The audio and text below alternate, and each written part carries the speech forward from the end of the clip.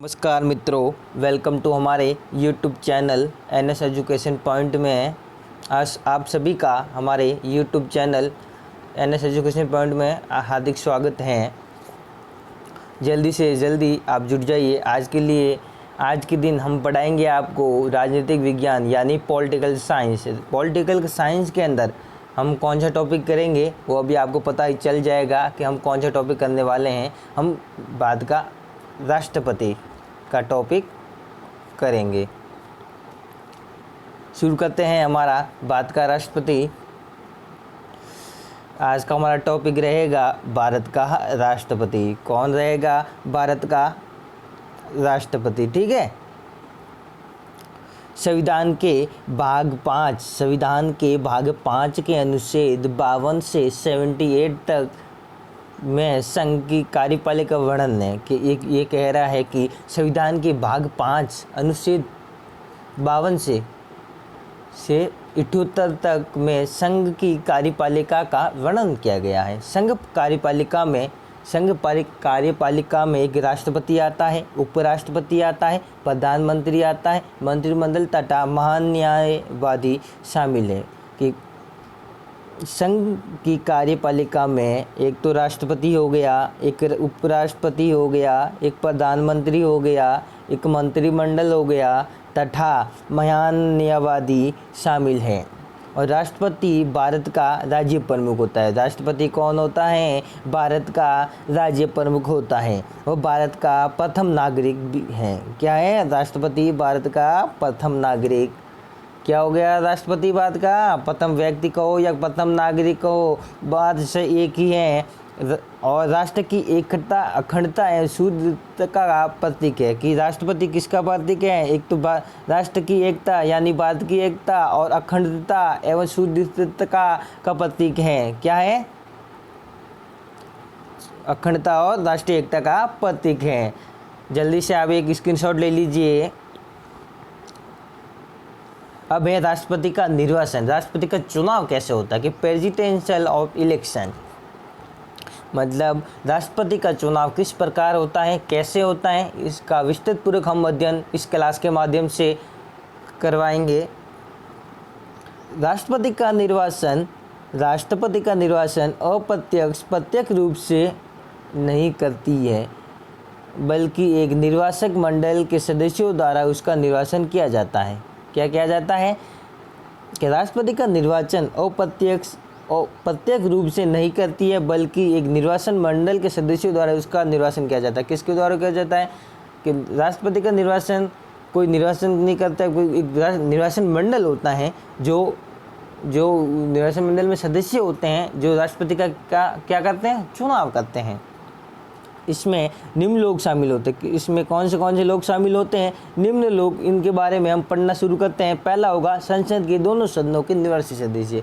संसद के दोनों सदनों के निर्वाचित सदस्य, जैसे लोकसभा और राज्यसभा के निर्वाचित सदस्य जो भी होंगे, वो राष्ट्रपति का क्या करते हैं? चुनाव करते हैं। एक और होते हैं राज्य विधानसभा के निर्वाचित सदस्य, मतलब राज्य के जितने भी विधानसभा होगी, प्रत्येक भारत की जितने भी राज्य हैं और प्रत्येक विधानसभा के सदस्य राष्ट्रपति के चुनाव के अंदर अपनी महत्वपूर्ण भागीदारी निभाते हैं।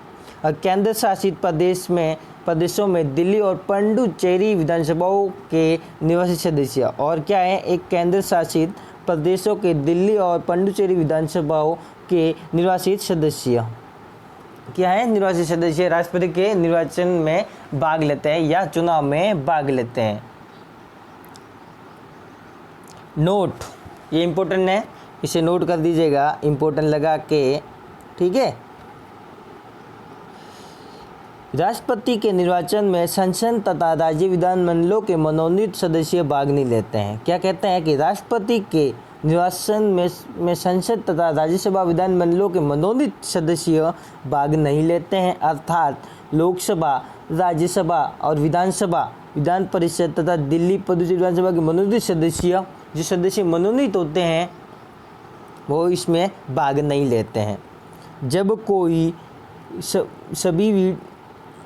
कोई सभा वीडियो गई हो तो उसके सदस्य काटते निर्वाचन में मतदान नहीं कर सकते। उस स्थिति में स्थिति में भी जबकि विघटित सभा का चुनाव क्या होता है, हार्दिक निर्वाचन के से पूर्व हो।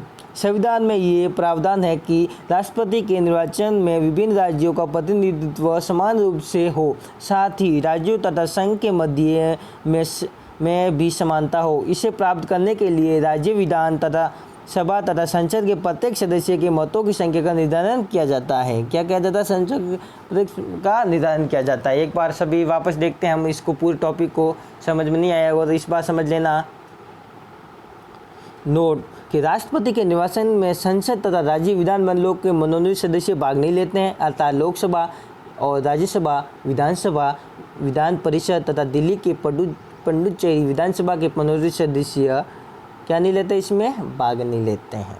जब कोई सभा वीडियो की गई हो तो उसके सदस्य काटते निर्वाचन में मतदान नहीं कर सकते। उस स्थिति में भी जबकि विघटित सभा का चुनाव हार्दिक निर्वाचन से पूर्व में हुआ हो, संविधान में ये प्रावधान है कि राष्ट्रपति के निर्वाचन में विभिन्न राज्यों का प्रतिनिधित्व समान रूप से हो, साथ ही राज्यों तथा संघ के मध्य में भी समानता हो। इसे प्राप्त करने के लिए राज्य विधानसभा तथा संसद के प्रत्येक सदस्य के मतों की संख्या का निर्धारण किया जाता है। क्या किया जाता है? मतों की संख्या का निर्धारण किया जाता है। और राष्ट्रपति पद हेतु आयता या योग्यताएं, qualification of the post of president. ठीक है, राष्ट्रपति की योग्यताएं क्या है, राष्ट्रपति बनने के लिए क्या क्या योग्यताएं होनी चाहिए, इसका अध्ययन हम इस क्लास के माध्यम से करेंगे। राष्ट्रपति पद के चुनाव के लिए व्यक्ति की अहर्ताओं को पूर्ण करना आवश्यक है कि निम्नलिखित योग्यताएं होना आवश्यक है। वो भारत का नागरिक हो। क्या हो? पहला तो वो भारत का नागरिक होना चाहिए, वो 35 वर्ष की आयु पूर्ण कर चुका हो। क्या हो? एक तो 35 वर्ष से ऊपर हो या 35 वर्ष की आयु पूर्ण कर चुका हो, और वो भारत का नागरिक होना चाहिए। वह संघ सरकार में अथवा किसी राज्य सरकार में, किसी स्थानीय प्राधिकरण में अथवा किसी सार्वजनिक प्राधिकरण में लाभ के पद पर ना हो। एक तो वह संघ सरकार में अथवा किसी राज्य सरकार में, किसी स्थानीय प्राधिकरण में अथवा किसी सार्वजनिक प्राधिकरण में लाभ के पद पर ना हो। वह किसी भी लाभ पे पद पर नहीं होना चाहिए। एक वर्तमान राष्ट्रपति अथवा उपराष्ट्रपति, किसी राज्य का राज्यपाल और संघ अथवा राजा का मंत्री किसी भी लाभ के पद पर नहीं माना जाता है। क्या है? एक वर्तमान राष्ट्रपति अथवा उपराष्ट्रपति किसी राज्य का राज्यपाल और संघ अथवा राजा का मंत्री किसी लाभ के पद पर नहीं माना जाता है। इस प्रकार वह राष्ट्रपति पद के लिए अहक उम्मीदवार होता है। इस प्रकार वह राष्ट्रपति पद के लिए योग्य उम्मीदवार होता है।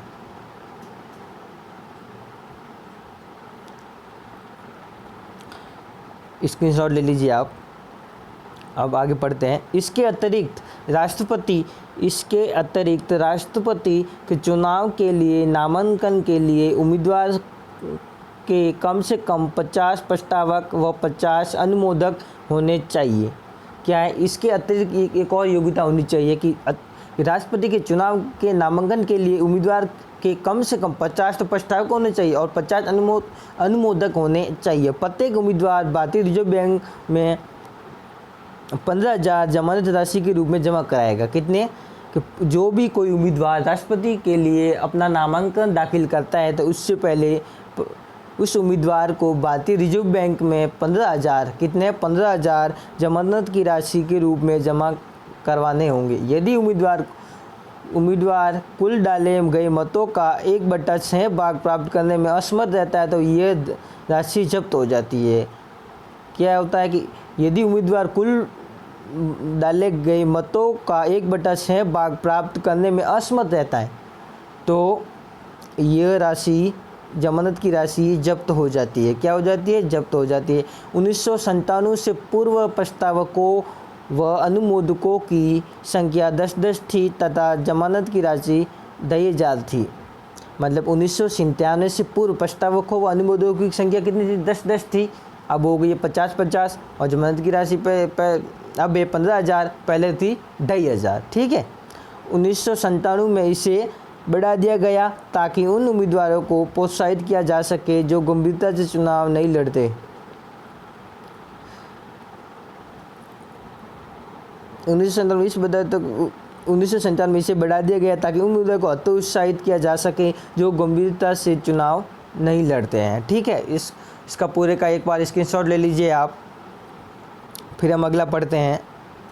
अब राष्ट्रपति के पद के लिए शर्तें, राष्ट्रपति के पोस्ट या पद के लिए क्या क्या शर्त हैं वो हम इसके बारे में विस्तृत अध्ययन करेंगे अभी।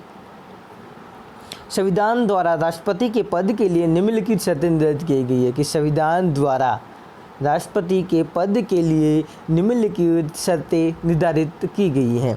पहली शर्त होगी वह सांसद के किसी भी सदन अथवा राज्य विधायिका का सदस्य नहीं होना चाहिए। यदि कोई ऐसा व्यक्ति राष्ट्रपति निर्वाचित होता है तो उसे पद ग्रहण करने से पूर्व उस सदन से त्याग पत्र देना होगा। कि पहला क्या है शर्त, वह संसद के किसी भी सदन अथवा राज्य विधायिका का सदस्य नहीं होना चाहिए। और यदि कोई ऐसा व्यक्ति राष्ट्रपति निर्वाचित होता है तो उसे पद ग्रहण करने से पहले या पूर्व उस सदन से त्याग पत्र देना होगा। क्या देना होगा? पत्र देना होगा, इस्तीफा देना होगा। वहाँ कोई अन्य लाभ पद का दान नहीं करेगा, वहाँ कोई अन्य लाभ पद धारण नहीं करेगा। तीसरा है उससे बिना कोई किराया चुकाए आधिकारिक निवास राष्ट्रपति भवन आवंटित होगा।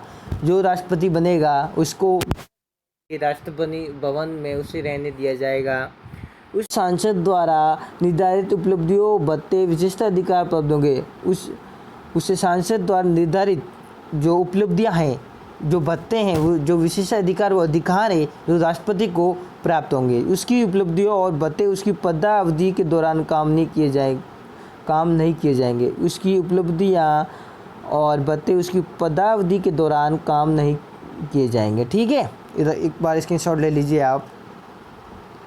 अब है अगला 2008 में संसद राष्ट्रपति का वेतन 50,000 से बढ़ाकर 1.5 लाख रुपये प्रति माह तथा पेंशन उसके मासिक वेतन की आधी प्रति माह कर दी गई।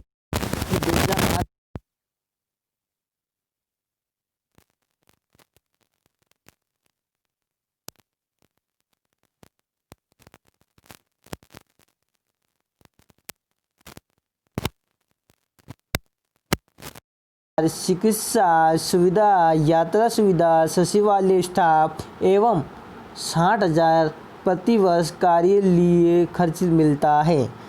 कार्यालय के लिए खर्च मिलता है राष्ट्रपति को। राष्ट्रपति के निधन के बाद उनकी पति या पत्नी को राष्ट्रपति के निधन के बाद या महिला होगी तो उसके पति या पुरुष होगा तो उसकी पत्नी को परिवार की पेंशन मिलती है जो कि राष्ट्रपति को मिलने वाली पेंशन से आधी होती है। इसके अलावा इन्हें सुसज्जित आवास, फोन की सुविधा, इसके अलावा उन्हें सुसज्जित आवास, फोन की सुविधा, कार, चिकित्सा सुविधा, यात्रा सुविधा, सचिवालय स्टाफ एवं 12,000 प्रति वर्ष कार्यालयीन खर्च मिलता है। कार्यालय के लिए क्या कितना खर्च? 12,000। एक बार स्क्रीनशॉट ले लीजिए आप। अब इनके बस अब शक्तियों के नाम जानेंगे, फिर हम अगले क्लास में हम पूरी शक्तियों का विस्तृत पूर्वक अध्ययन करेंगे। अब हमें राष्ट्रपति की शक्तियाँ।